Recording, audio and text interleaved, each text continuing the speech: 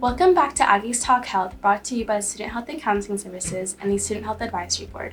I'm your host, Aruna, and today we're talking about group counseling, specifically the group Phoenix Rising, which caters towards student survivors of sexual trauma. And today we have with us Cheryl Samuelson, an LMFT, to talk to us about her group. Thank you so much, Cheryl, for being with us here today. Thank you for having me here. And to start us off, I wanted to get to know you a little bit more. If you could just tell us about your background a little bit and why you joined Phoenix Rising. I've been a therapist for years, probably going on 14 by now. And so really love the field and really love providing support for individuals, especially students. I had worked at Sac State and then transitioned over here to UC Davis, providing support for individuals that have a history of trauma, which could include sexual assault, domestic violence, has been my niche per se. A lot of my training and passion goes into providing support for trauma. Phoenix Rising is a group for that. How do the groups work for group counseling? Like, what's the setting like? How many students? How long are the group counseling sessions? We actually need at least 4 students to be interested in the group for us to run it. It could be up to 15. Okay. And usually at that point, we may include another facilitator. The groups run usually for 90 minutes, but sometimes for an hour, depending on students and their class schedule. We've had the groups in person, and we've also had them via Zoom. And this group is ran one time a week, and each quarter of the academic year, again, if we have enough students with interest. And is there like a specific qualification someone needs to sign up, or is it open to anyone who feels that this group fits their needs? It's open for anyone that feels like they're a good fit for the group. We do ask a couple of questions just to check in, like, do you have a good support system? Sometimes one with a history of trauma could also have some feelings of like suicide ideation, so we could check in around that and see if you have support there, or if we can kind of provide support in that way, maybe provide individual services through our counseling center. Some people are also receiving support outside in the community as well. So we ask a few questions just to get an idea, and then we also ask if students have questions for us. So it really is like a talk space before the actual group starts. And then how would someone know whether to sign up for a group counseling session or have an individual one-on-one with the counselor? Often it's based upon comfort. So some individuals may prefer to pursue individual counseling first. Privacy is really nice to have, where it's only between you and the therapist in that room. And so that sometimes is preferred. Also, some people prefer group therapy where, oh, that's great to know that other people have gone through this and they're here in this space to share it with me. It's hard to talk about if you've gone through some sort of trauma, whether it's sexual assault or something different, for other people to quite understand. And it's a difference of people who have gone through something and who have not. And then how does privacy work in group counseling? Because I'm sure it's like other students who are doing it as well with you. Everyone who enters into counseling, whether it's individual or group, signs like a policy contract of confidentiality and HIPAA, so that whatever happens in the room stays in the room. And then we also verbally discuss that at the beginning as well. Within this, we also offer to students within the group, and this may also show up in other groups as well with other facilitators. A lot of times people really connect at a deeper level within the group. So then we also offer, do you all want to share phone numbers and have a support system outside of the group, where sometimes that could be helpful. Like, not only getting the support within the group, but then also expanding your support systems outside of it. And then where do the counseling sessions take place? Is it in a specific room? Is it on Zoom? Or does it depend on what the students want? It depends on what the students want and availability. So if we have it via Zoom, that's usually simpler, because we have spaces where if somebody wants to rent a room and bring their computer, they can have that space for themselves. If privacy, like in an apartment, is hard to have if you're sharing a room, we can have something reserved. And then for in-person group space, That depends on the day and time because we have so many groups running. Yeah. So we have 3 different buildings that we can actually meet at. So is it like a set time every week, or does it change depending on the student schedules? It's a set time every week. What can change is per quarter. So thus far, it has been on Monday afternoons.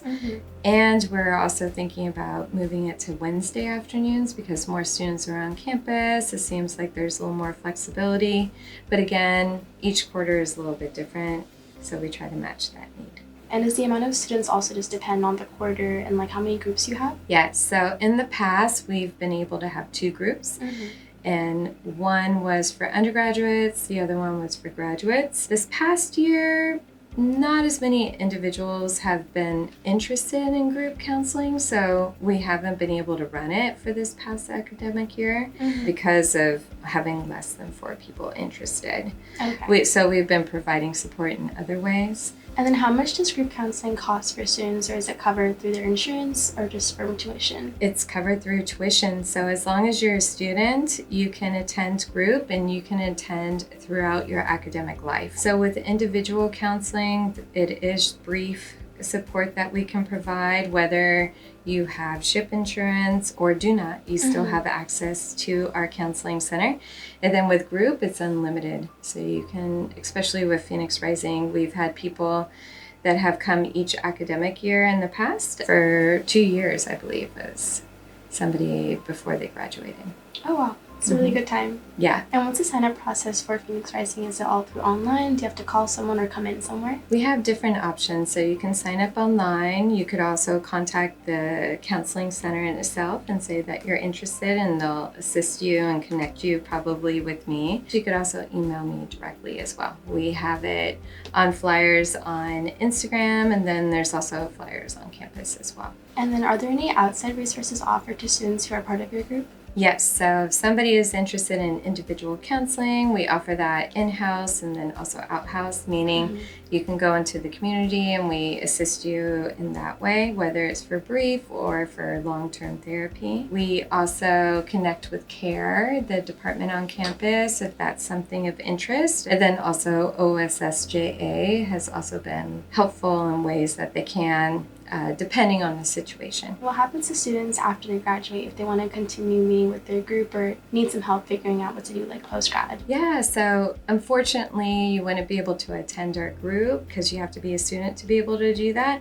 We also have case managers to assist with that transition. Okay. There are other groups outside in the community. Most of them are in Sacramento and possibly in Woodland, and our case manager is pretty up to date with that to assist anyone who's going through the transition of graduation. And it's not necessarily here, maybe you're going to your hometown or going somewhere else, and we can help with that as well. Okay, so does your time at the group counseling like end as soon as you graduate, or is it like a couple of months post? Or outside of group counseling, with individual counseling, we can provide 1 or 2 sessions depending on the need as you're transitioning. We don't necessarily want to shut that door if things are happening for you. So we try to provide that support, and we also try to talk about it before graduation so we can be proactive versus reactive. Okay. If you're in a group and you're talking about graduating and like wanting to figure out what are the options, we can start working on that while group is happening. Oh, that's really nice that you plan beforehand. Yep. That way you have that cushion to fall on whether you decide to go that way or somewhere else. And is there anything new coming up for Phoenix Rising this upcoming year? Because of the low numbers of interest for groups in general, we are looking to see about different routes of holding groups. So maybe having art therapy being one, and connecting with other departments on campus. Another one is maybe having an outdoor walk, depending on the weather. And if you like the heat, then it's perfect. But we're trying to see like what is it that's going to be most helpful for students so that we can grow as well. Maybe being in a room, talking about things is helpful. Maybe also expanding upon that would be more helpful. So is that going to be in addition to the group counseling sessions? It's actually how we're going to be expanding the group counseling sessions. What we're thinking about is incorporating some writing therapy, depending of people's interest, some art therapy, and then also outdoor walks in a way where we can talk amongst each other and be able to utilize nature as something for healing. Yeah. Everybody knows the cows on campus, or if you don't know the cows on campus, how sweet they are and how therapeutic they can be, just even being in their presence. Mm-hmm. And so including that in the group would be so nice, because sometimes people want to be able to go through the arboretum and don't really know where to go. So if you're going, for example, within a group, you have that experience to where maybe you would feel a little bit more comfortable to go on your own if you need a little space of support. Or depending on the group, maybe connecting with another group member and going outside of group. Is there anything else you'd like to add for UCD students? Yes, that if you've been thinking about counseling, whether it's individual or group, you could always give it a try. You can give it a little taste.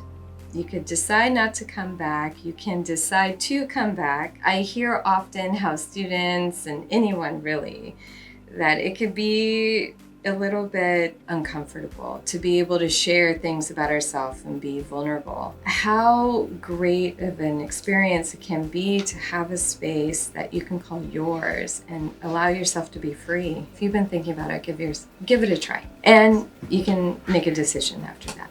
Thank you for listening to Aggies Talk Health. This is your host, Aruna. And thank you so much, Cheryl, for being with us here today. Yes, thank you for having me, and it's been a pleasure speaking with you. See you all next time.